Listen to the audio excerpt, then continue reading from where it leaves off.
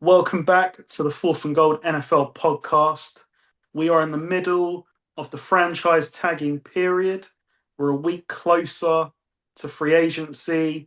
The combine is underway, and all of the wonderful conversations, tampering conversations, are no doubt going on. We've got a lot to cover for you this week. I think there's one place to start, Paul.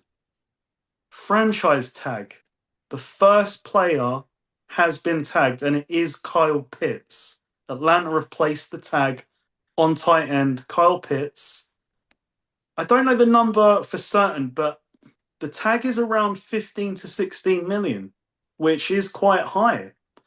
So the question is, what do Atlanta do now? Because they've tagged him to protect their asset. He was the fourth overall pick, I believe. Do they play him on the tag? Do they extend him? Do they trade him? Those are the three options, I'd say. So if they've tagged him and they drafted him as high as they did, and we've seen in the early part of his career, he's been hugely inconsistent. Like he came into the league as a freak athlete, and obviously he's still got those athletic abilities. Like he's still young in this league. Then I truly believe they're going to keep him. Mm. He's going to play under the tag. They're going to, I think it makes sense for them to try to work out a contract with him because it was only what? I think last year he was far more consistent than he has been. He was, yeah. Yeah. And so, yeah, I think the future's exciting for Kyle Pitts. You know, we bang on these rookies, like some of them come into the league. Like I think Kyle Pitts came into the league, I believe he's a very young rookie, so what, 21 coming into the league, possibly 22. And he's just figured it out, you know. Some of these kids don't play that much in college. And then you're asking them, you know, you play for a team like the Falcons, you have coaching changes quite often, you have different quarterback quite often. Like sometimes you have a different 2, 3 quarterbacks within the same season. So,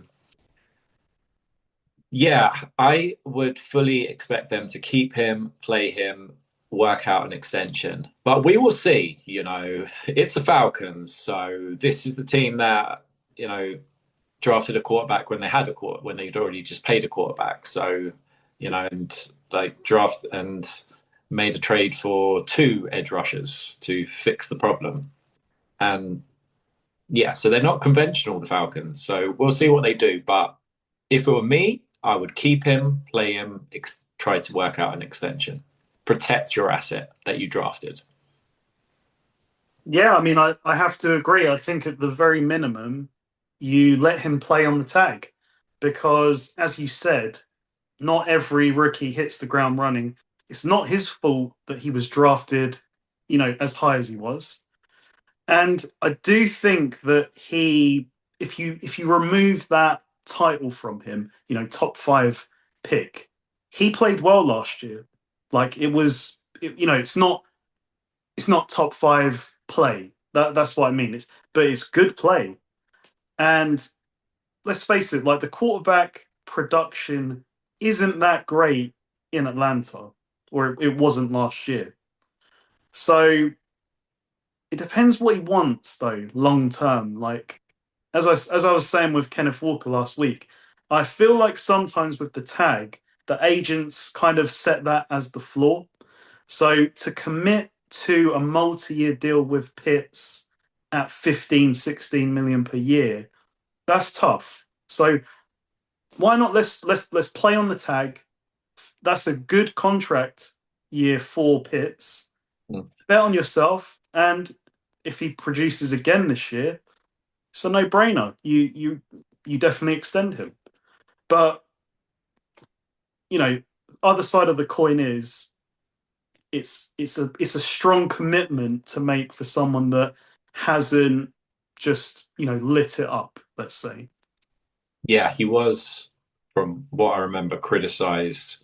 Well, not criticized, but constructive observation, shall we say, from Cousins. I think it was last year that he doesn't fully run all the right routes. Mm. And then this year, he seemed to kind of get it a little bit more. So, and being around people like Kirk Cousins can only help you. You know, Cousins has been around some great receivers. So, tight ends are valuable in the current NFL.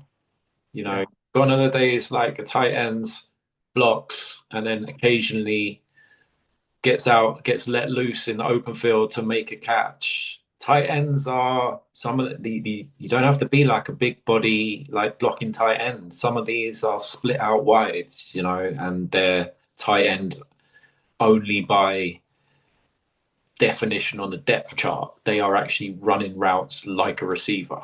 You know, how often do you see Travis Kelce like blocking a tackle, blocking an edge rusher coming at you? Mm. You don't. Kyle Pitts isn't that kind of player either. But this is the modern NFL. So yeah, if they didn't do what they've done, then I think Kyle Pitts would have been picked up pretty quickly. Yeah, I've got to say, I am a little bit disappointed he was tagged because I'd be interested to see him in a flourishing offense. But maybe that will be the Falcons this year.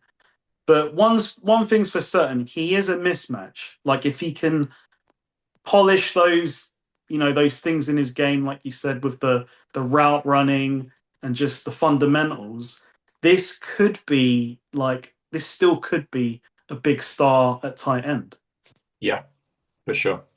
For sure. You know, like measurables, we're just about to head into combine season and the measurables with Kyle Pitts, like ridiculous. And yeah, I think it's one of my things. Like we bang on rookies and we get out rookies like really, really quickly. And then when they start to show something, then, you know, if he was a quarterback, he'd probably already be a backup and be, or potentially out of the league by now. But, you know, they had to give him that time. Yeah. Because he wasn't a quarterback. But yeah, we'd be going crazy if that was his rookie year, we'd be going not crazy, but we'd be pleased. Yeah, we'd be like, this guy is going to have a breakout in year two. So yeah, okay. The chart is moving up for Pitts. and Kyle Pitts, from what I've heard, was always the one like in fantasy drafts. This is the Kyle Pitts year. Yeah, I'm taking the Kyle Pitts higher because did you see his like his pro day or his combine? See it, and he was drafted here, and oh my god, the college tape, and this is the year. Maybe now this is the year for Kyle. Yeah, that has been a running meme like every year. This is the year. Like you see it with people saying draft Kyle Pitts, draft Kyle Pitts. So Yeah, yeah. yeah. So he's the only player that has been officially tagged. Unofficially, another team has said they are going to tag a player, and it is the Cowboys. The Wow. Cowboys intend to franchise tag George Pickens. The franchise tag number for receiver is roughly 28 million. So that would be an absolute steal and something I don't think that Pickens is going to want to play on. So it's the same sort of question. Do you extend him? Do you try and play him on the tag? Or do you trade him? And my gut feeling with this one is I would try, if I'm the Cowboys, I would try to trade him. Because, I mean, this guy, talent-wise, is just second to none. Like, he is unbelievable. But I just don't feel like I can trust him to stay level-headed under like a 4-year, 5-year contract. So I personally, as much as I like the player, I would look to trade him. So the thing with this that comes straight into my mind is what do I think they should do, or what will the Cowboys do? And what do the Cowboys as an organization generally do in these kind of situations? with their star players, star on their helmet, supposed star players. What do? They dig their heels. They've got history with this, Hmm. at important positions only as recently as last off season.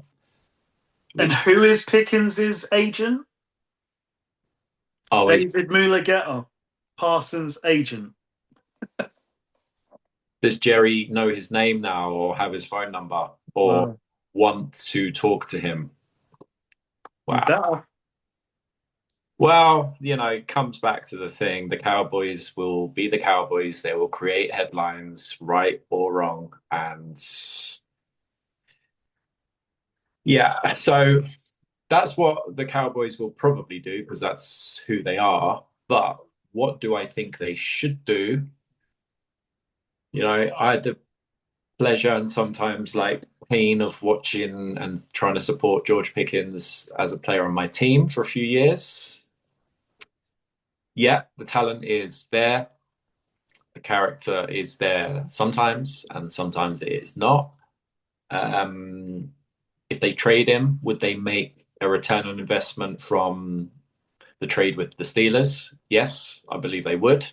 So they would be a net beneficiary of that, at least now. 28 million. Yeah. So if you rank Pickens, if you say, I don't know, top 10 NFL, maybe, but I don't know. Please don't hate me for picking a number between 5 and 10 in the NFL. Let's say, for example, say we're calling the eighth best receiver in the NFL. If we're doing blind rankings, then what does that cap number mean? It's a good question. I mean, wide receiver is a bloated position. There are like 20 top 10 receivers. So certainly Pickens would make his case. The top of the market is Jamar Chase. So that's 40.5 million per year. Yeah. So the question is, you've got to get. I think Pickens is going to be looking for that. I think he's going to be looking for that. And that's probably the issue because. I think it's crazy, like this thing. And yeah, Pickens probably, you're right, Pickens will ask for that, but it's just delusional. Like, you're not Jamar Chase. You're not well, Jefferson's at 35 million. You're not better than Justin Jefferson. yeah. Yeah, so, and again, it's like with the Cowboys, what will they do or what should they do? And then with George Pickens, what will he do or what should he do? And George Pickens, like I said last year, it was right, just behave yourself. But do you trust him to behave himself? No, absolutely not. And credit to actually George, he did make it through most of the season. Yeah, Behaving himself. He had his moments. I wasn't obviously the Cowboys were kind of out of it early in terms of being a true contender, but he had some big games. He had some lack of effort games, didn't he? Lack of interest. Yeah. Yeah. Like everyone points to the deep ball against the Lions. I mean, if you look at it in the all-22 view, it doesn't look like you can catch it. But I think the point is, optically, he doesn't even look at it. So, yeah, it's kind of a weird one with George Pickens because he's a freak athlete. And say he wanted to be a top receiver and even get involved in like the run game blocking on distant basis, he could.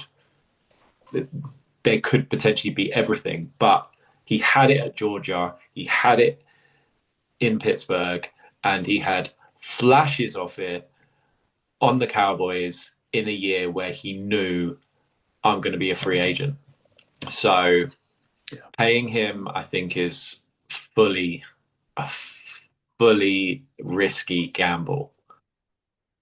So, but it's a risk for any team that's trying to trade for him as well. Like, that's the other thing. What is his market going to be? Because if you trade for him, you're extending him. That's, through the door. Like, there's no point in trading for him and saying you're going to play on the tag. That's a big mistake. So if you're going to trade for him, It Yeah. means you're committing your future to him. Yeah. But again, with the Cowboys, you don't fully trust. Yeah, it's rumored that they're going to tag him, but until it happens, Yeah, yeah. it will probably be with Cowboys history at least. And I could be wrong. They'll probably wait until the last second so they get the full media attention of it's the Cowboys and it's George Pickens and what are we going to do? And Jerry Jones will have lots to say about it if he attends a combine, which I'm sure he does because he's involved in everything. It seems. It's definitely a no-brainer to tag him though, because you tag him, it's 28 million. Yeah. If he refuses to play and you don't trade him, I believe that you won't have to pay that money. Yeah. So yeah, he sacrifices each game check like the Le'Veon thing. Yeah. So that's definitely the move for the Cowboys right now. Yeah. And then we'll see. Yeah. It is a smart play, but the long-term play, are they going to make the smart play? At least if you're the Cowboys, like, don't, be serious if you do want to trade him of, finding out the perfect opportunity now. Like if you're going to the combine because Pickens is going to get paid. He's going to get paid, and a trade. What after the year he had with CeeDee Lamb being out for a period and showing that he can be a number one receiver? It starts at a second, right? Because the Cowboys traded a third. Yeah.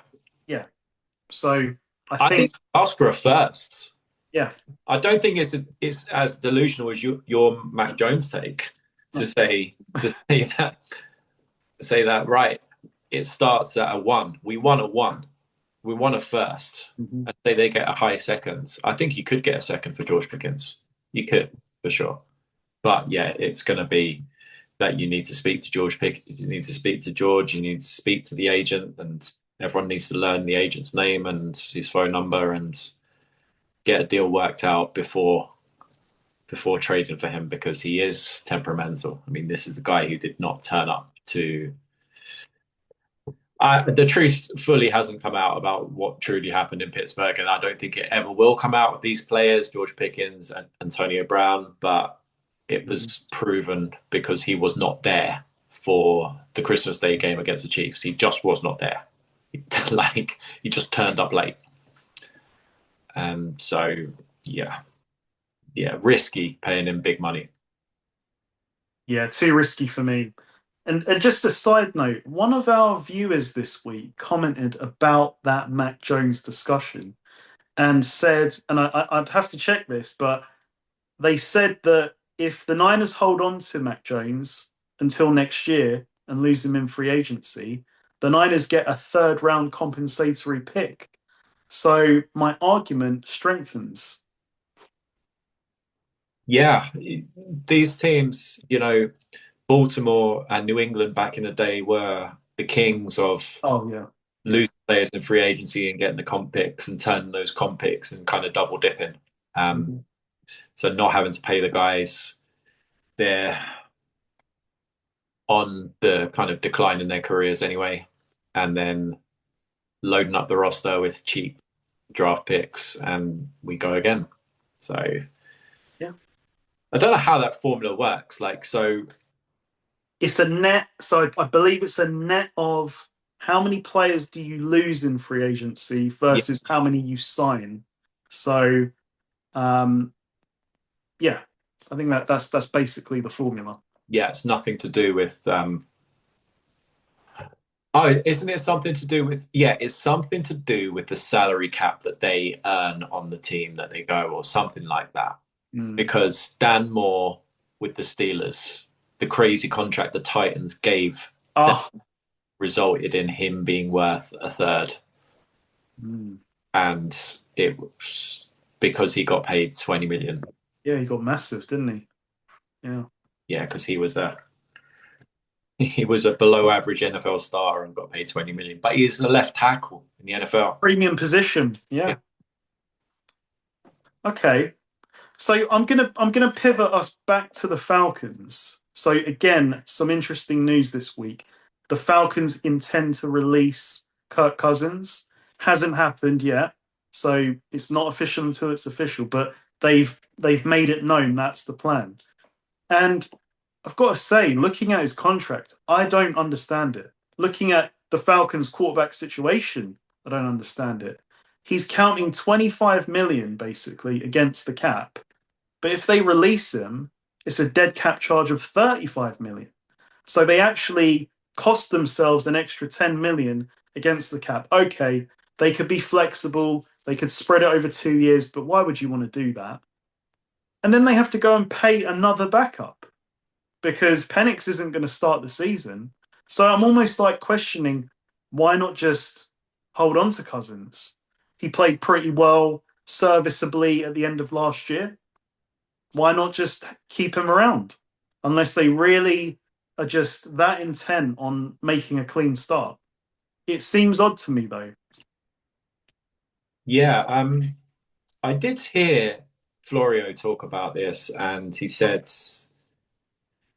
that when something happened with Cousins' contract or something, and it was fully known that he was going to be released this offseason because of a negotiation that him and the Falcons made up here, or I don't know. I don't remember the full, Florio's all over this stuff. I don't remember the full details of what exactly he said, but it's been well known that Cousins is going to be out of there. It's a gentleman's agreement because it's not because his contract is his contract. Yeah. Of course, it's business. It's business, but the Falcons are a strange organization, I've got to say. Yeah. Yeah, the Falcons, I don't know. They strike you as like a good team to kind of play for if you're a player. Like they don't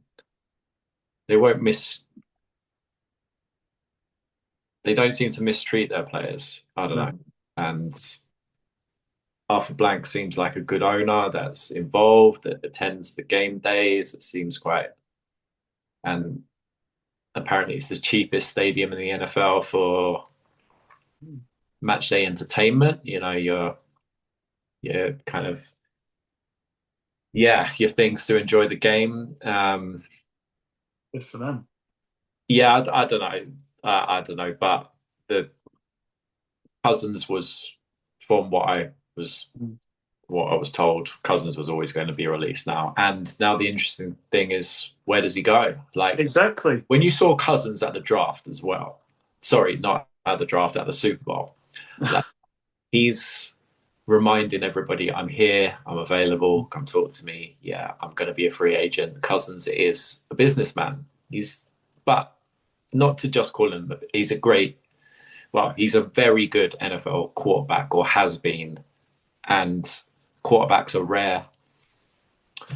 High IQ, like he is high IQ. So, but where does he go? Like, do you see him being a starter next year? He could be. It depends what he wants to do. Does he want to chase the bag, or does he want to? I think he wants to play. He'll still get something. Like, let's face it, if a team is planning to sign you as a starting quarterback, you're going to be in the range of 20 just to, Fields got 20, right? Yeah. 2 for 40, Justin Fields. Yeah. So your question is, how greedy does he want to be, like, at this stage? Like, it's gauging being a starter, but not asking for crazy money, knowing that you are up there in age. Yeah, it would be a change of MO for Kirk Cousins to be.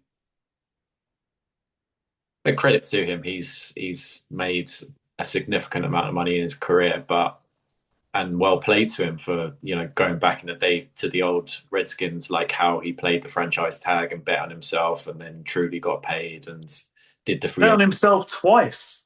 Yeah, he fully maxed out. So, but there are certain starters, Rodgers and guys, Daniel Jones of this world, and yeah, Darnold got paid more, but who guys who have just accepted taking a contract for slightly less than going for crazy money. But yeah, if you're ranking 1 through 32, I think Cousins appears somewhere towards the bottom of that list now. Yeah, for sure. But what teams are there? I mean, like the name you just think off the bat, the Jets could. I mean, I don't know if you'd want to go there, but the Jets is a place. Jets, Steelers, Vikings. Could he go back to the Vikings? The Kevin O'Connell, Justin Jefferson thing. He could. Mm. He could truly mess up JJ McCarthy's contract, future contract, career.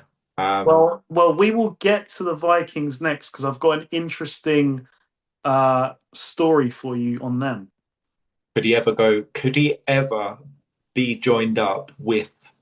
Is it true that Shanahan, your guy, loves him? I think it crossed my mind. It did, but it would be in a backup. Like the pieces would have to move. It'd be like Mac Jones gets traded for a second, and we sign Kirk Cousins as a backup, and Purdy gets injured, and suddenly, the story from 5 years ago comes through. I don't think it's going to happen though. Like as you said, if he truly is still a starter, someone's gonna pick him up. Yeah. But the irony is that he would be starting in Atlanta because of the Penix injury. So yeah, that's still very weird for me to there are wrap my head around. Quarterbacks, the Dolphins. If he didn't want the Dolphins, okay. Yeah, didn't want it. Like if he wasn't chasing crazy money because they're going to have the Tua thing to deal with. If he wasn't the Cardinals. Yeah, if he did a kind of an Aaron Rodgers kind of a contract at that point of his career, he's a little bit younger, but like say 15 mil, 15, yeah. 15 or slightly less. I know Rodgers took 10, but 10 million with incentives or something. I don't know. Yeah. You're in Atlanta, like warm weather city, and stay in the Southeast, go down to Miami. You'd be the number one. You'd beat out Quinn Ewers pretty easily, and Ewers gone, or if Tua's not gone, then he's going to be cut. Not traded, he'll be cut. Then there'll be other teams. I wouldn't want him to go to Arizona. Like he could be a problem for us. I'm not saying they're going to win the division, but the Cardinals have a habit of just like winning these surprise games that you kick yourself at the end of the season saying, why did we lose that game? And if he goes there with McBride, who knows what he could do with Marvin Harrison Jr. I would not want, I hope they're not thinking that. But yeah, you've talked me round now. I see him as a starter. I can see it. Well, look, if that's my thinking, if you rank 32 quarterbacks, then because it's like, would you rather start Kirk Cousins or Bryce Young? Just on a, we're not talking about 5 years. We're talking about this year. This upcoming year, I'd rather start Bryce Young. Ooh, I would. He did have moments. He did have moments this last year, and maybe he's not like your long-term future, but Kirk Cousins most certainly is not. No. And yeah, Bryce Young is a weird situation, but I digress because he does have really good moments in really big games and then loses the stupid games. And we get carried away with the physical side of it. But we're not asking him to like run over guys. We just want him to complete passes and read defenses. So I think the conclusion is Cousins probably will be a starter. I like your idea of the Dolphins. As a neutral, I like my idea of the Cardinals, but I'd rather not have that problem because we've got enough problems in the NFC West. Now, I mentioned the Vikings. So, you know, you'd think that, well, Cousins is a free agent. Why not run it back with the Vikings? Well, today's been an interesting day because the Colts have given Anthony Richardson permission to seek a trade. And then later in the afternoon, another report dropped to say that Anthony Richardson and the Vikings apparently have mutual interest. So that is interesting. I mean, Kevin O'Connell, like we said it last week, Anthony Richardson needs to be in a quality offense with a quality play caller to really help him develop and give him the best chance possible because it is a project. If he went to the Vikings, I mean, would you, who would you rather start, JJ McCarthy or Anthony Richardson? They're both projects. I think they'd start JJ McCarthy until something happens, something leads them. But to have Anthony Richardson on your roster, like gives you options, gives you the because not either is greater right now than the other. And but with Anthony Richardson, it's a lottery ticket that you could win big, and it didn't cost you much on the way in to buy into the lottery. So why not? Why And not? it's a 2 year play as well because he'll be going into year 4 of his rookie deal, Yeah, which is something like 4 or 5 million. And if you activate the 5th year deal, sorry, the 5th year option, it's 25 million. Which, right. yeah, that's a bit of a bet, but it's not like you're mortgaging your future. So But there's a deadline for that, isn't there? So this I is think it's May 1st. that's crazy. Anthony Richardson, wow, and time flies. Anthony Richardson is heading into year 4. Yeah. Wow. Okay. So they have to decide on his 5th year option before he has seen a competitive snap. Yeah. Okay. Which is tough. But let's say worst case scenario, he's a bust. Okay. 25 teams are eating 100 million, like Tua with the Yeah. Dolphins. So 25 million is a drop in the ocean. Yeah. But yeah, I don't think they would do that. I think they just take their chances and then Take their chances. If he plays unbelievable, okay, well, that's a good problem to have. And if he doesn't, you can get him, you could probably extend him. Yeah, you're right, for less than 25. yeah, if I'm the Packers, Bears, or the Lions, I'm like, damn, the Vikings get Anthony Richardson. It's like I would rather they just because it could work out. It probably, sorry, but it probably won't, but it could be amazing.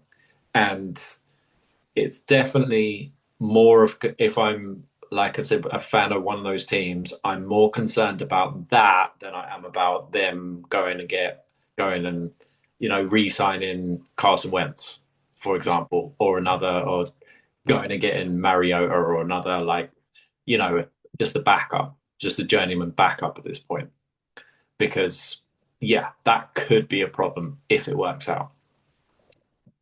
I still stand by, though, if I'm the Vikings, I want to make a run at Willis. Now, there was a report about Willis this week that, one of the NFL insiders says it's basically a given that he's going to get at least 30 million per year. It's quite a lot. I mean, that was kind of where I was saying was my ceiling, really. Like, give him 3 years, 3 year, 100 million deal. Really, it's not 3, it's 1, with an option to go into 2. But when you look at those 3, JJ McCarthy, Anthony Richardson, Malik Willis, to me, that's the option I would at least try and go for. So Willis was a late round draft pick. He was, I think, drafted in the 3rd round, I think it's 3rd by the time. Third, yeah. Yeah. So this is So we're past any option stage. He is a true free agent, He is. and he is the number one quarterback on the Wow. market. He is the shiny object who performed very well in moments. Well, number one in some rankings. I mean, somehow, some way, Daniel Jones is number one in some rankings that I've seen. But either way, yeah, you're right. I mean, it is small sample size, but if you're gonna get him, you're gonna have to at least commit to this year. So Malik Willis, I heard this. Malik Willis completes passes, and this is what I mean about limited sample size. He completes passes, like deep passes. I don't know what exactly that constitutes, like more than 20, more than 25, 30 yards completion. His completion percentage on those depth of throws is 83%. yeah, you've seen it. The NFL is, if you're doing 50, if you're completing 50% of those kind of throws, you're doing very well in the NFL. And he's completing 83% because of the sample size. Now, that's not going to average out over his career, not even close. But so. And the scheme he was in. So he's like I said last week, if he goes to the Jets, that's pointless. Like he has to find somewhere to the equivalent of the Packers, really. That's why I was thinking the Vikings with Kevin O'Connell, who can get Justin Jefferson wide open. So he's not going to miss those types of throws. Yeah. But Malik Willis, he could really, really work out. Yeah. He could. Like, he's young, like great physicals, big arm. Yeah, his running has really come on. I think you said it last week. He was a one-read kind of quarterback, or sometimes a no-read quarterback, and just run. Now he feels more refined. Like he's devastating to some degree. If you take the name away and the history, and you just look at the plays, you say like, shit, like this guy is a problem. Did you hear that anecdote about Mike Vrabel and Malik Willis? I did not. So Vrabel lost his mind at Malik Willis during a preseason game when they were both on the Titans because Malik Willis just one read, took off and run, did it a couple of times, and Vrabel just lost his shit with Malik Willis and reminded him that I know you can run. I don't need confirmation you can run. You are out there to learn to play the quarterback position, all aspects of the quarterback position. And I think I only heard this secondhand, but I think he took him out of the game, and that was his start in the preseason, and he just went, no, you're done. Yeah. But he's learned, that was during the Titans when he was not the guy that he is now in the Packers. But we don't know, you need to see a quarterback in good, bad moments, various different opponents, different conditions, and that's the gamble that you're taking. But it's a quarterback position, so someone's going to take the bet. Someone's going to lay that bet. Yeah. Like he's not Josh Allen. Like we know that. But if you in the right setup, I think he can play. Yeah. So we'll see. The last sort of player that has made the news, I think, this week is Maxx Crosby. So we know that Maxx Crosby pretty unhappy at the end of the year because they basically sat him so that they could tank. The report this week, and this has come from Florio, is that the feeling is the Raiders don't want to trade him, but if they get an offer of 2 first-round picks and a player that they like, they will be willing to do the deal. So it almost sounds like the Parsons deal. 2 first-round picks and Kenny Clark. But my question is, is that a good deal for a team to make? You're giving up, your next 2 first-round picks Yeah. Okay, I think that Crosby just got extended last year, so the contract should be okay.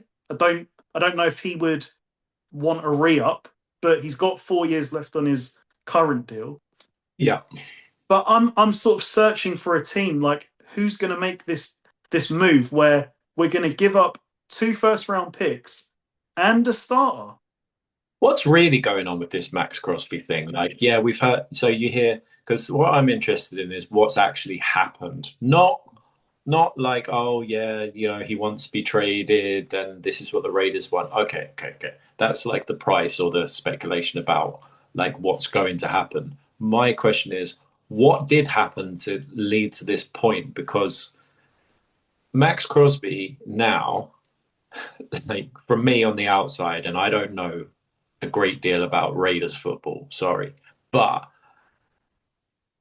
if you've been on the Raiders for this long, then surely you'd see it out because they paid you last year and they sat you in a game where it's almost a backhanded compliment that if we put you in this game against the Giants, then you might actually wreck it and win the game for us, and then we won't get the quarterback. Now, have the week off, Max. Go and play basketball, post it on your Instagram, let the world know that, okay, so he's done his PR, he's fully healthy, he's playing basketball. But, and this is what I mean, I don't fully understand. You've been there that long, they've paid you. According to everything I've heard, you before loved the Raiders and loved the fan base and everything. But you paid your dues, and they now have new head coach, first overall pick, potentially generational quarterback, and you're there. So why would you not see it out? I don't know. So Yeah. I mean, it feels like it started last year because he wanted out last year, and Brady basically talked him around and said it will be different. And well, last year it wasn't different. yeah, And it's almost like when they sat him, like you said, he had such an overblown reaction. That's what makes me think that he's just found a reason again to sort of say, just get me out of here because I've been paid. That's not the issue. Like maybe he's just. I mean, he's talked about in the past about just losing all the time. I mean, my word would be, well, you shouldn't have signed the deal last year because you were going to get paid either way. Like, same with Myles Garrett. You could have just dug your heels and got paid elsewhere anyway. yeah. But you haven't, so you've kind of lost that leverage. I think he stays. I don't see a team making that trade. Yeah, 2-1s. Well, of course, that's what they're saying. That's what they're saying. That's maybe not what it will end up being. I don't know. I don't think the Raiders want to trade him though. That's the thing. So it's kind of like a much bigger situation to the one I was talking about with Mac Jones. They're going to make you overpay for him if you really want him. So maybe there is something to it. Maybe they really do say Maxx Crosby is a game breaker, and we can't just lose him for a first. Like we need 2 firsts. And in this day and age, like, yeah, Micah Parsons is a bit younger. I don't see it. I don't see it. Yeah, I think the Micah Parsons trade makes it tough for Maxx Crosby. It makes it tough for the Raiders, sorry, to achieve that asking price. But yeah, my question was, is it just that? Is it, like you said, is it that, yeah, you sat me for that and I want to play because I'm a competitor and I'm sick and tired of next year, and this just, I'm done. So by now, I just don't trust you guys. Yeah. So I don't want to hear any more BS from you guys. Like I'm done. But from the outside, like I know Crosby doesn't want to hear this, but this time, maybe, Kubiak, Yeah. Base, Mendoza, Genty, just offensive line. But maybe he's thinking, oh, it might not be this year. It might be, let's be realistic about it. It might not be this year. It might be, and he might have, the agents, obviously, we're just about to head into the combine and the tampering period. His agent might have, made him aware that he could end up on a contender Mm. and have greater odds of competing and winning games like he says he wants to do and potentially winning championships. Yeah. Raiders, we've seen rookie quarterbacks like come into the league just and roll. But yeah, I think it's tough to go in and make the playoffs next year for the Raiders. But maybe 2-3 years time. But maybe he's just done. I mean, he's what, 28? 28. Yeah. Yeah. Yeah, maybe he's just done. Maybe he's just like, I'm tired of playing. I'm tired of looking around at practice and looking around and He'd have to really dig his heels, because if he does that, it probably diminishes the trade package anyway. Like, it plays to his advantage if he, digs his heels, I'd say. Like, if you're going to do it, you really have to do it with chest, though. Like, literally say, I'm not playing for you again. Don't do the half-hearted Myles Garrett thing where I sat out for a few days and then I came back. Like, you have to really commit to it. Mm. Yeah, we'll see. This could potentially run and run. Yep. It is the off season. It wouldn't be the off season if there wasn't a contract dispute in San Francisco. And the dispute is between Trent Williams and the 49ers this time. So, really weird reporting again. Like, Adam Schefter says that if they can't come to an agreement, the 49ers will possibly release Trent. And when I looked at his contract, he's scheduled to make, I think it was 39 million this year. But if he's released, it's a dead cap charge of 34. So you save 5, but you don't have Trent Williams. So to me, like, that is not an option. Like, I know that you're trying to save everything you can, but just weigh it up. We save 5 million and we don't have Trent Williams, our starting left tackle. Or we just eat that 5 million and we've still got potentially an all-pro level left tackle. But my thing on this is, it got me thinking, the Niners are too reliant on Trent. Like, it's getting to a point now, they've really cheated the system with the offensive line. And we saw last year, it's run out. Like, we couldn't run for nothing last year. We couldn't really protect Purdy, hence why he got injured. I mean, do you remember Mac Jones against the Rams? Like, just sort of hobbling off the field. Yeah, that was tough. Like, Yeah. I heard commentators say they really feared for Max Jones and his personal safety. And yeah, he won a lot of admirers, didn't he, that day, Mac Jones? Yeah. So I'm almost like, this might sound like blasphemy, but I'm almost like, maybe we really do need to think about life after Trent Williams now. And so what's the dispute? He wants a new contract. the dispute is the Niners want to bring his cap number down. Right. But, like, if you're bringing that to Trent Williams, he's going to say, well, the way you do that is you give me a new contract. And at this stage, I'm going to keep repeating it. This is an all-time great left tackle. Yeah, absolutely.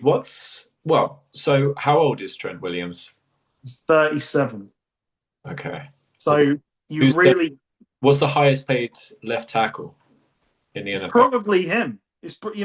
Yeah. I'm trying to think who else has been extended. Maybe Penei Sewell was extended. He's a right tackle. But he's up there. So I think what Trent is probably looking for is 3-year contract, because he said in the past he wants to play till at least 40. and I'm sure he could do it.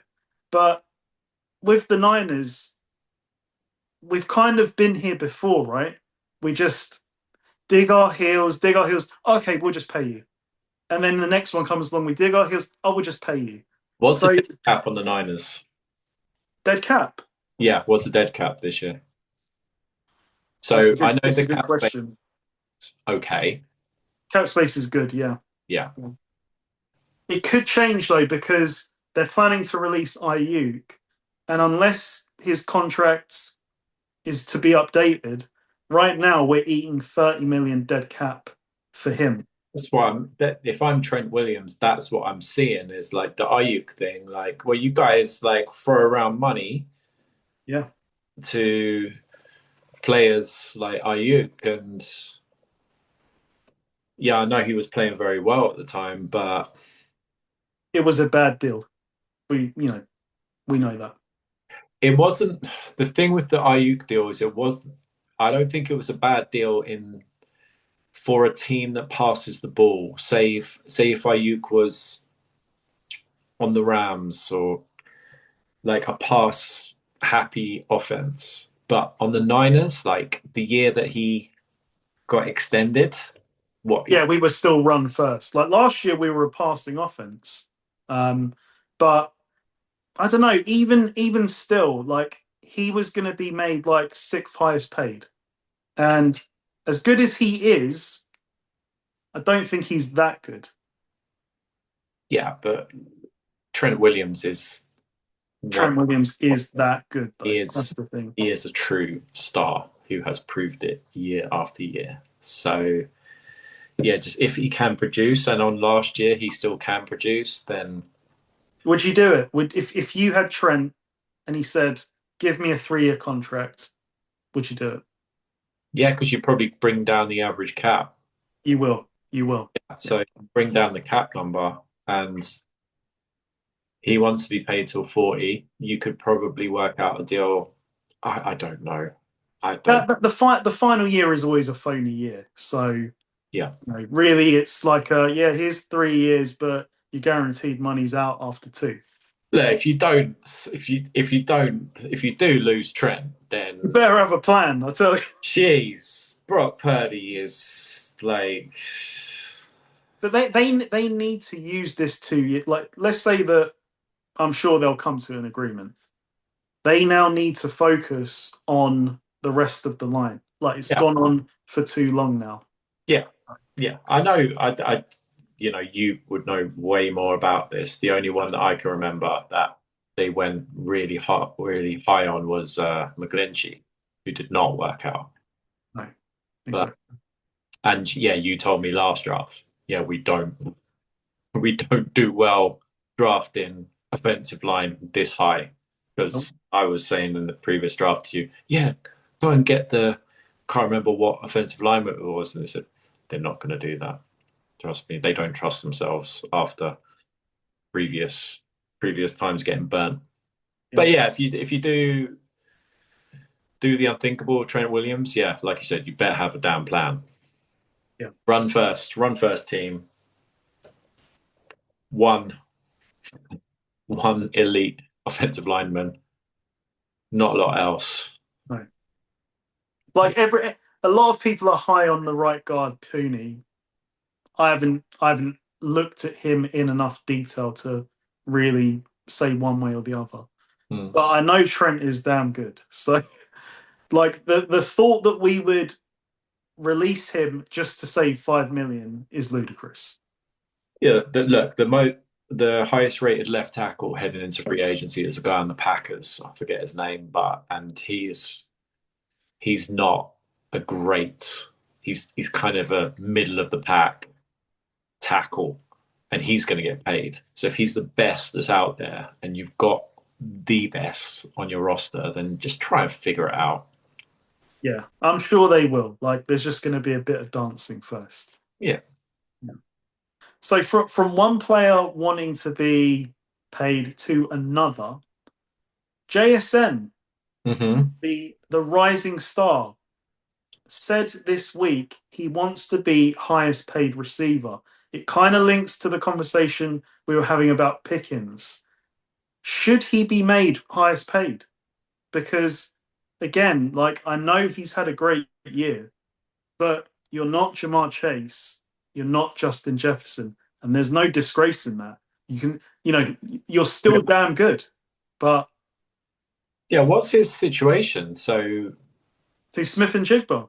yeah, So so I think he's in his final year. yeah. He wasn't a first round pick, was he? No, he's the second. Yeah. Oh, he was the first round pick. Yeah. Was. Oh, that's Yeah, interesting. Yeah. So The same draft as Witherspoon. So yes, the infamous draft that they nailed. Okay. So Of Russell Wilson. that is very interesting. So they can activate a 5th-year option. So right now he's going to make $4.5 million. So yeah, grossly underpaid. We get that. But to sort of say like 41 million to take you above Chase, 10x your money overnight. yeah, exactly. I don't know about that, and you got to look at it as well. Darnold's cap number has gone up sizably this year. They have to pay Witherspoon, so that's would you say Witherspoon is top of the market at 30 million? If Sauce is at 30, he's gonna say I want 30. Well, look, you know how I feel about Sauce Gardner. Like that's not the question. That's Sauce Gardner is not the answer. Devin Witherspoon is. Well, look, he's not. He's not Stingley, right? He's not like a. Yeah, he can be an outside, potentially shut down corner, but they play him a lot in the slot and nickel, and he's an all around corner. Like he can do a little bit of everything. He's not kind of a Pat Surtain, like one side of the field, like I got this. Yeah, he's a physical And like that to an extent. Not. Yeah, Witherspoon will get paid. Should he get paid number one corner? Maybe not. But is that the way it works? No. We've seen it with quarterbacks. It's generally next man up. So JSN, and obviously JSN has got to say that. It puts him in a stronger negotiating position. I want to be, so I'm starting at Jamar Chase plus. And it's a pretty good time to put that thought out there, isn't it? I think that he accounted for 60% roughly around that of receiving yards for Seattle last year. So he's got a strong case to say I'm pretty important here. Yeah, for sure. It kind of made me realize this kind of makes sense why they haven't jumped to resolve the Kenneth Walker situation, because they've got JSN and Witherspoon. As I love running backs, but you're gonna prioritize receiver and corner. Yeah. There's nothing to see here right now unless we get breaking news that wow, did you see the contract he got? I don't know. He can't play on 4.5 this year though. Like they will have to extend him. Yeah. Well-run teams will extend him early. Yeah. Or trade him. My guess is that they're going to find a way to get there, because he is their number one. I had questions last year. I remember they traded DK, they got rid of Lockett, and I was like, can JSN be a number one? Emphatically, yes. Apparently. So yeah, he's fine. He's on pace to 10x his money. He's okay. Yeah, he's okay. Seattle's okay. There are bigger problems out there. Yep, bigger problems for more desperate teams. Yeah, for sure. It's just going to be interesting to see how Seattle navigate this. Like, who's going to get paid, who's not going to get paid. They're in a great situation where it's very flexible right now. Yeah. Yeah, this will be interesting because they've made some great we said it, they've made some great decisions recently in terms of players drafting and contracts and taking bets on draft picks and free agents, Sam Darnold and trades mid-season, Shaheed, and they seem to have hit on a lot of things. So now it's at low prices. So now Yeah. those bets have landed. Do double down and go in again with those players that got you to here, or do you bet on yourself again to go? No, we've got the intelligence, we've got the personnel department to go and identify these players again, or because it gets tougher when you pay the guys, because then the rest of the roster suffers as a result. I'd be interested to see over the last 10 years, like how many of these Super Bowl winning teams had a player on like exorbitant money. Like the one that stands out to me is probably the Eagles because they paid everyone and they still won the Super Bowl. But I think that was a lot of like we're paying everyone, so we're backloading it. So yes, like Jalen Hurts headline 50 million per year, but the first few years are pretty good. AJ Brown, similar thing, So I don't think it's too many. And that's why I'm sort of like, will we see a team that has a 40 million per year receiver actually win a Super Bowl? There's probably an analysis there that they're doing. Yeah, yeah, yeah. We'll see. We'll see. Like, yeah, it just seems crazy. 40 million per year. For a receiver, that's yeah, Yeah, that's a legitimate, like it's a reasonable question. Like it's great, like with the Bengals, like we've got Chase and we've got Higgins and we've got Burrow. We haven't got much else. Like, well, we certainly don't have a defense because dollars are tied up in receivers and quarterback. yeah, But yeah, we shall see. So a lot of international games have now been announced, Paul. Like we got more news this week. The Lions will be going to Germany, and in London we will be getting 2 doses of the Jaguars and the Commanders for a third game. And I know that we've both sort of had some thoughts on, you know, yes, we want the NFL to grow globally, but is it coming at a competitive cost now? Because, I don't think I'm biased in saying that what the 49ers are doing this year is just stupid, really. They are going to play in Australia and Mexico, and this is a team that has a lot of soft tissue injuries. um, yeah, okay, they're gonna play in Australia in week 1. It sounds like maybe even on a Wednesday to give us that extended break to return. But I feel like I've got a plan long term for the NFL, and I'm just going to lay it out here. So this is my long term plan. They want to grow the game. Fine. This is what we do. We have 16 international games per year because that's what they want. yeah, But I want them done in the first 10 weeks. So some weeks that means you're going to have 2 per week, and I think that's fine.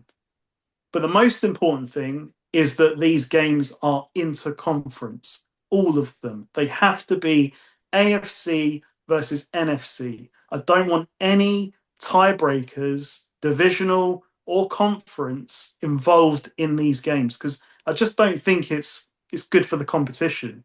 That like a few years ago, oh, the Packers lost to the Eagles, and what happens if they're the 7th and the 8th seed? The Packers miss out because they lost in Brazil on bad turf.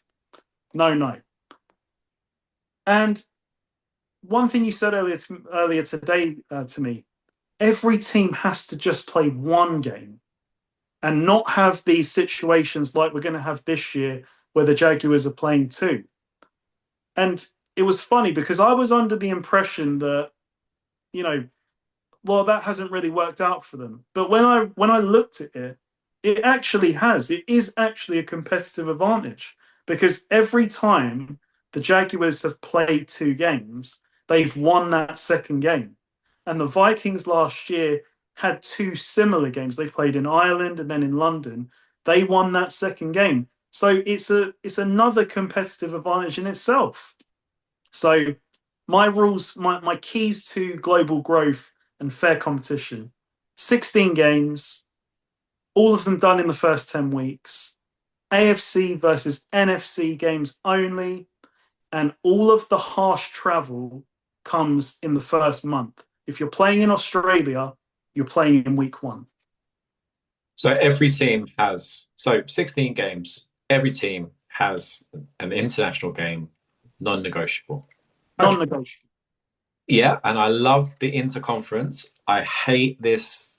Well, I'm not saying that I have your idea is great, and that sounds really good. Like I don't have the answer to this question. I know it's a big question, but what I do know is that I'm not a fan of either team, but when I'm a fan of the sport, and when I hear 49ers Rams in Australia, I don't like it. Like it's a division game, it's history. I don't want to get to the end of the season to potentially contending teams and go, oh well, what would have happened if, and they had that, and I don't have questions about the schedule. I don't have questions about the travel. Like, yeah, some travel is unavoidable. Teams West Coast to East Coast, but yeah, if you've got right, my next question. So 16 international games. Mm-hmm. Are they okay, if they really want to grow the sport, do you have 16 different venues? Sure. Why not? And it's a rotation, isn't it? Like, every year, yeah, like sometimes you're going to draw the short straw. You're going to have the long travel, but then other years you might go to Mexico. You know, that I can live with. It's you're playing two in 1 year, and yeah, one of them's a divisional game. What about this thing that they seem to be trialing that, like, I don't know all the teams that are supposed to be affiliated with a country, obviously Jacksonville to the UK, and I've heard that the Steelers are affiliated to Ireland. Yep. Supposed to help with, I don't know. Well, the Niners are affiliated to the UK, and they're doing everything but playing the UK. So yeah, you're affiliated to the UK. You've got two international games, and neither are in the UK. Yeah. But yeah, I mean, the 49ers to London is possibly the worst travel that you could have. But then it doesn't stop them going to Australia. I don't know. 16 different venues. This Jacksonville thing, like, has the Jacksonville thing actually worked as an experiment? Mm. Yeah, like you said, they've probably benefited, no doubt financially, but have they benefited in terms of win-loss? You kind of hinted probably yes, they have overall. But do we, as fans of the sport from the country, have any? Yeah, you probably more than me have a bit more of an affinity to Jacksonville, but I've embraced it. Yeah. But have they picked up fans? Like if Jacksonville did, if it was announced that they were moving, would we get fatigue with it? I don't think we would, but I don't think they'd be fans of Jacksonville. Agreed. Don't think, and I don't think even if it wasn't working at first, if still it was fans of Titans and the Lions turning up to see a Jacksonville home game in London, would those fans turn after a period, even if the Jags were successful after 5-10 years? I don't think they would. You might, with a new generation, get them to turn to be Jacksonville fans. But and they'd have, if they were truly successful, you will get a bandwagon. Like, yeah, everyone gets a bandwagon. But Yeah, you're right. I mean, it's gonna like it won't organically happen. Like I yeah, think you're right. Yeah. yeah. So do the do the Jags automatically get the London game, or are they told, no, mate, you're on your travels somewhere internationally? That's what it should be. But as you've said to me many a time, money talks. They have their little deal with Wembley. I'm pretty sure the Khans have a nice little yacht party like during that week every year. So it's hard to see like that would be another stipulation. Add it to the list. No one's playing at the same venue every year. Yeah, because then yeah, they in by default are almost getting a home field. Yeah, I know it's their home game, but yeah, no competitive advantage. Yeah. Yeah, it does until we get to an 18 game season, if we do, which we probably will, then yeah, it works. Eight home, eight away, and the home game, one of your home games is international. Yep. And the way you work through the 18 games is you just flip it every year. You know, NFC this year have what would it be? 9 and 9? Yeah, so it would be one year you get 9 home games and 8 road games, and then you just flip it. But at least your conference will all be on the same basis. Yeah, if they're serious, if it is purely about money, which it definitely is, then 16 different countries. How about that? Yeah, If why not? if you're truly after the expansion, because Because if you do it in the first 10 weeks as well, like in a 18 game season, I would maybe possibly see 2 bye weeks happening, potentially the season extending to 20 weeks. So the business end is not affected. Yeah, okay, there's going to be a lot of chaos in the first half of the season, yeah, but in the business end, when you get to December and we want to see December football, we don't want to see the Cowboys in Rio de Janeiro at that point. Everything is running its course like we normally would want it. yeah, And we saw it. We saw it with the Steelers Vikings game. That was a good game. AFC versus NFC. yeah, and with before the winter set in here in Europe, it was it was beautiful conditions in Dublin, and yeah, a rare sunny day in Dublin. It was great, and the game was great as well. And yeah, it was good seeing a different country involved. Yeah, I'm not being negative about Australia being involved. I just does it need to be a game that could potentially decide the division or playoff seeding or Yeah. 49ers Rams is a big game to give them first up. And we lose a home game. Levi South. Yeah. But in fairness to what they're doing, like if it's true that they're going to play it week 1 on Wednesday, at least that is sensible. Why But the Wednesday thing? Because what Australia's wait, so Australia are ahead. Wednesday Australia time. It would be Thursday Australia time, Right. I would think. So it's going to be a weird, it's a bit of a weird day for Australia. But if the NFL's coming to town, I'm sure people can take time off work. Yeah, and people turn up to these things. I mean, I remember when it started in Brazil, like, and the Spain thing, like, people turn up to these things, but are they, what's the result of it? Like, are they making money? Is it just they're making commercial revenue off that event, or? I'm guessing so. And then they obviously, would hope to get an NFL footprint in those countries. That's why I'm sort of like, I'm interested to see what happens with Ireland. Like, was that just a one-off, or because we've seen everywhere they've gone, they've basically continued. Mexico stopped because they were renovating the stadium, not because they didn't want to be there. So it is interesting that Dublin got their game and then there's nothing this year Yeah. because Germany has had games ever since it started. Is this is year two with Madrid? So yeah, Yeah, it's fully the ones obviously I know a little bit more about is the London ones, and yeah.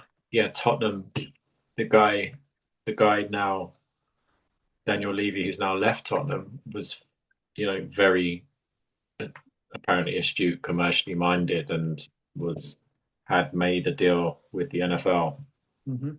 in the build up to them constructing their new stadium because they were going to get. So is that guaranteed?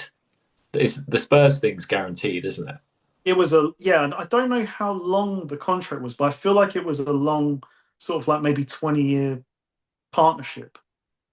And they developed the stadium for NFL. You know, as much as it's a football stadium, they did consider the NFL, like with the turf underneath the football pitch and the locker rooms being designed in a certain way to, basically be NFL friendly. So Yeah. they really said, yeah, like we're gonna get this revenue, this NFL revenue. Yeah, it's a great stadium. It is, yeah. Wonderful stadium. But Shame about the location, but it is a great stadium. yeah, for those of you who don't know, Tottenham's not where you want to go as a tourist. Mm. Not where you want to arrive in London as a tourist. Not, at least not on a match day. Yeah. But yeah, the Tottenham thing was purely commercial, and yeah, now London's got, so the London deals are permanent. I don't know the solution to this problem, but I like your idea. Yeah, just take the kind of guesswork out of it. Everybody plays once overseas. Yeah. Because I didn't even, I was asking you, I was like, what's the formula to this? We know Jacksonville, but we don't know who's going to turn up Like the Cowboys have played one international game ever. ever. I was Since looking at the 2000, since Eli Manning ran in the touchdown at what, Wembley, what was that, 2001 or something crazy? Cowboys played at Wembley against the Jaguars. I remember going to the game. It was Romo and Des Bryant. Wow. Yeah, they're One. they're they're 1-0 because I think there's four teams that are undefeated in these international games, but they've only played one, so there really is no formula. Well, there is a formula. Dallas don't go. Yeah, exactly. And that's what I mean. It should be that Dallas should have had it on their schedule by now if there was no competitive, not if it wasn't purely, if it, well, Dallas are just saying like, no, screw it. We don't want to do it. Like Dallas make an absolute ton on their home games. But work it out. They've played one. Okay, the Jaguars are an anomaly because they've got this unique partnership with London. But the next team, I think it's the Dolphins who have played seven. Hmm. So the Cowboys have played one, the Dolphins have played seven. Yeah, but these are teams, Jacksonville and Miami. I don't think Miami always sells out, and I know Jacksonville doesn't always sell out. Yeah, yeah. Jacksonville is a unique situation. Like I think they've played like 17 now. So Yeah. yeah. I like your idea though. Yeah. I like that. Once a year. Like it. Is there anything else you want to cover, Paul? No, not really at this stage. This is I'm starting to look into the draft a little bit. Ooh, okay. Yeah, it's gonna get fun. Yeah, so starting to pick my draft analysts that I'm going to be following, and uh, certain players that I don't just take their word for it. I'd like to look at the players. So Yeah, I love the draft. So, and the draft's in Pittsburgh this year. Oh wow, okay, interesting. I think it was fun last year because I feel like we looked at it in more detail, and for example, like RJ Harvey, we both. It's funny how we both looked at him and thought, yeah, he could be a player. But on the flip side, I remember feeling very strongly about Abdul Carter. That has not worked out so far, at least. Um, He had flashes to it it. flashes, yeah. We're talking about Kyle Pitts earlier. Like Abdul Carter was a pain in the ass, and then seemed to, I don't know, get his ass kicked or something. And John Harbaugh, I don't think he's going to tolerate Abdul Carter. He's Uh, gonna have to fall in line, yeah. yeah, But then I remember saying that the three players that I was really high on were Carter, Genty, Hunter, and like I feel like Genty is going to be a player. Like I think this might be a. I'm going to say it. I'm going to give him the curse. Unfortunately, it could be a year two breakout year for Genty in this new setup, where he's not got Chip Kelly running him, you know, through the guards who weren't very good. Like Kubiak's going to have something for him. it depends. Like I said, the best or the most highly rated tackle is a mid-range, at least so far, NFL starter. So how are the Raiders going to do it on the offensive line? How are they going to do it if the guys aren't out there? Is it all draft? Is it trade? Scheme is going to be Is part of it. do is Because Kubiak comes from the Shanahan tree, and yeah, okay, he might not be Shanahan, and okay, Shanahan's tricks didn't really work this year, but we've seen in the past who are these guys on the offensive line. The yeah, scheme comes into it as well.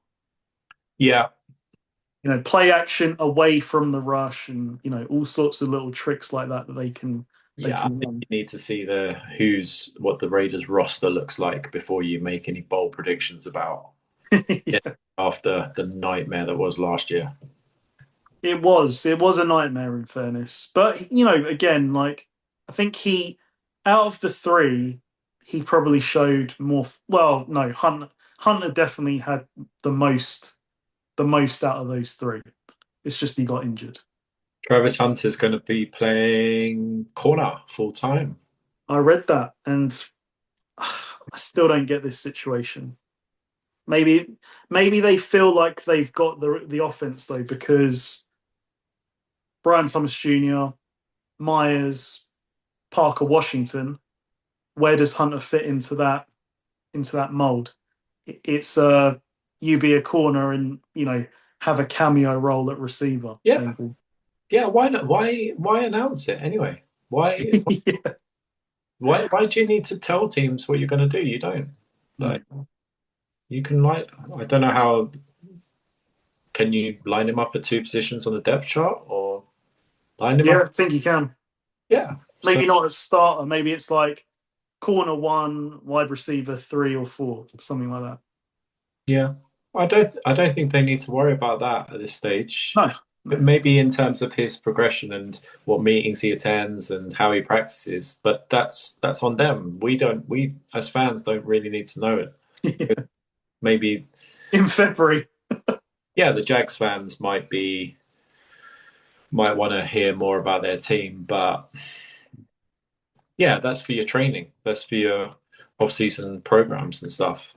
Yeah. I'd more be worried about him being productive, Yeah. staying healthy, and getting a return on your investment that you traded a first-round pick, and now the Browns have got another first-round pick this year.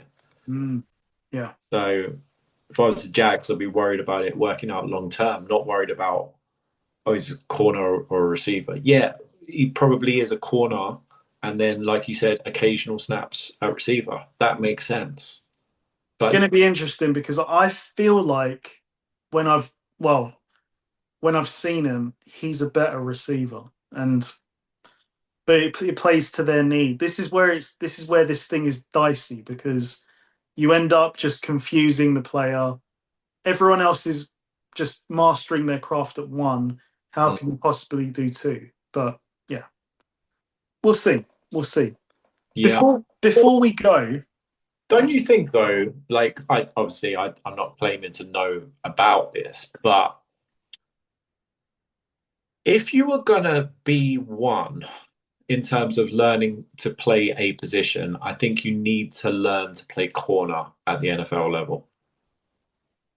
yeah, You yeah, you need to learn obviously the playbook as a receiver, but if you've got God-given gifts, you could. yeah. So you're right. Like it's not like he's coming in here and it's like, well, you're already too late to become a corner. Hmm. Like there must be so many nuances that, especially with the way the game is as well. Like, but it's hard to be a corner. So I imagine even the top prospects come in, they've got to learn the NFL way. And I think you're playing against you'd be playing against tougher opponents. Yeah, Corner yeah, and wide receiver, you are truly in like, for the most part, a one-on-one kind of yeah. thing. It's, you know, a lot of times beat your man but if you're playing corner, like the freak athletes you have to play against at receiver Yeah. and that jump up from yeah from the college to pro Mm. in terms of playing corner must be huge. But receivers, I think you could, learn the playbook. If you're a freak athlete, you could. He had plenty of big plays at at receiver. Like the catching ability is special. Hmm. Yeah, I think it would always make plays at receiver, but in terms of like if he didn't learn to play corner at the NFL level now, Mm. then he might not ever do it. No, yeah, exactly. You've got to commit to it now. Hmm. Yeah, yeah, yeah. That's probably exactly what they're doing. So they're just announcing that he's going to be preparing to play cornerback. Still don't need to know that, but yeah, They don't. They just, I don't know. I just hope the kid stays healthy. yeah, exactly. Because he is a talent. I want to see him do well.